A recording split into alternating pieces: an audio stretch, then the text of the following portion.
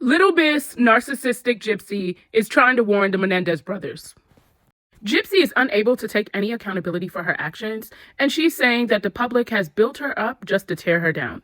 As in, she had no responsibility for the fact that the public changed their minds on her based on her behavior. No, the public, we are the villains. We are the problem. Gypsy, do you think it's possible that it's because of this? I don't associate myself as a murderer because if you think about it, yes, I had a part to play in it. I asked Nick for help. And how that conversation started was, he was saying that he would protect me from anyone. I said anyone. He said yes. I said even my mother. He said yes. And then the plan kind of formed from there. But he's the one that did the actual kill, not me. I can't kill anyone. That's why he's in trouble to begin with. He's the one that did it. Do you think saying things like this after using a man with autism, a low IQ, and mental health issues that was collecting a disability check would be appropriate? And even after doing all of that, everyone said that you reminded them of Baby Reindeer. And you made this video. Do you remember this? This is so cringe. Oh my God. God, it's terrible. Or do you think it may be because you villainized your mom, even on Mother's Day? When you have lied about your entire story? The fact that your mom never had Munchausen by proxy and was never diagnosed? Or the fact that you have a chromosome disorder, 1q121? And the fact that everything you were diagnosed with and everything you were treated for, you actually had? And you still decided to villainize your mom? Have you ever thought maybe it was because of that? Do you remember doing this interview, calling your mom the perpetrator, knowing that you lied about your entire story? Let's spin a block on that again. You're often portrayed either as the victim of Munchausen or the murderer. Right. And what do you want people to know about you? Quite honestly, I'm starting to feel like they want a perfect victim, and there is no such thing as a perfect victim. In their mind, the perfect victim would have died. And so now that I survived and the perpetrator of the abuse is the one that died, then I'm getting the hate. In my opinion, that showed very much a lack of accountability. You couldn't even take accountability for unaliving your mom. You still sat there on somebody's recliner or couch and decided to still villainize your mom and take zero accountability. Or do you think maybe the public doesn't like the fact that you have violated your parole so many times and you have lied to your parole officer? Let's spin a block on that conversation of you actually agreeing to lie to your parole officer with Bree. They need. Fate will be decided tomorrow, I guess. Yeah. Well, hopefully that's not the case. Hopefully, like I said, hopefully they need. I mean, I don't know. I feel like they should have to need. Oh shit! They should have to need proof. Like they can't just use a text. I feel like not even text message. They should have been like, I don't know. Somebody could have got hold of your phone. Like, I don't know, something. Like, because people can use, there's like all kind of crazy phone apps and everything, girl. There's phone apps that can actually send you message that you can, okay, so there's phone apps where you can type in,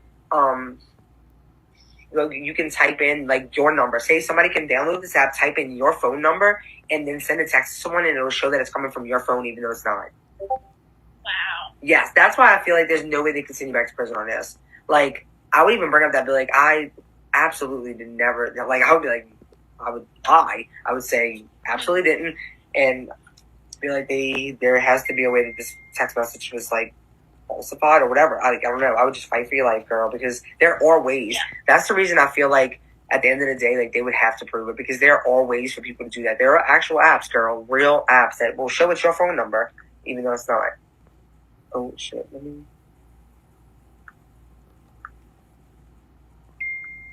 Oh, hold on one second. Thank God I just started this YouTube live because I'm like on the phone with you and like, just lie.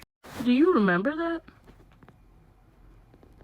Not only have you got with someone like Bree, that has trolled the internet for you, which you shouldn't even be allowed on the internet because your crime was really cultivated through the internet. That's where you planned and plotted your mom's unaliving. Do you think maybe that has something to do with why the public doesn't like you? Maybe, just like slightly take some accountability?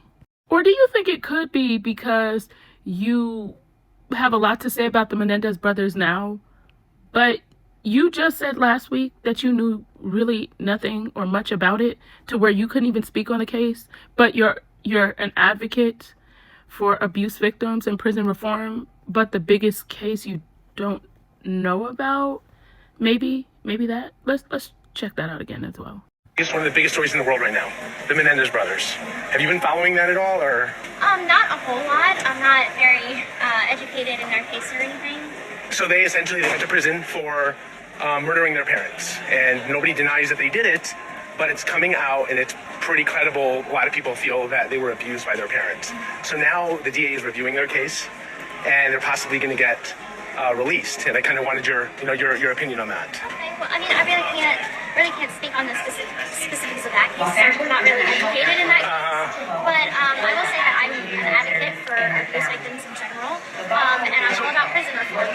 So if that happened, though, if their parents did abuse them, I mean, do you support their release, you think? I don't think either of us are educated enough on the subject to give a Sure. Well, yeah, I mean, I Or do you think maybe the public has an issue with the fact that you used a man to get out of prison, just like you used Nicholas GODEJOHN? Maybe that. Not only did you use him, you cheated on him. Okay? Actually, fornication, because that was your spouse, right? And allegedly got pregnant by another man. And was very proud to come on the internet and say that you were Santa coming down the chimney. Do you think maybe that's why? Maybe. Just slightly. Oh, honey, I am so not threatened by you. My man wouldn't touch you with a 10-foot pole. You're just mad because I have a Chad. And Panini press! you don't have a man. So, looks like you're the one that's panini pressed. Or maybe because you unalived your mom and you come out of prison and do shenanigans like this on the internet and make a fool out of yourself. Maybe you had all the time in the world to do this, yet you still have not advocated for a damn thing. Maybe that's why. Let me tell you why the Menendez brothers will be very different from you. Your only accomplishment in the last 10 years has been getting a GED that took you 5 years to get, when you had nothing to do but to get it. How about we talk about that? Meanwhile, the Menendez brothers have received and worked for multiple college degrees. They have started support groups within the prison to help abuse victims cope. They have worked with the elderly and the disabled, which you would never do because you used the disabled, remember? The difference between you and them is that they are able to have some compassion. And they're not narcissists.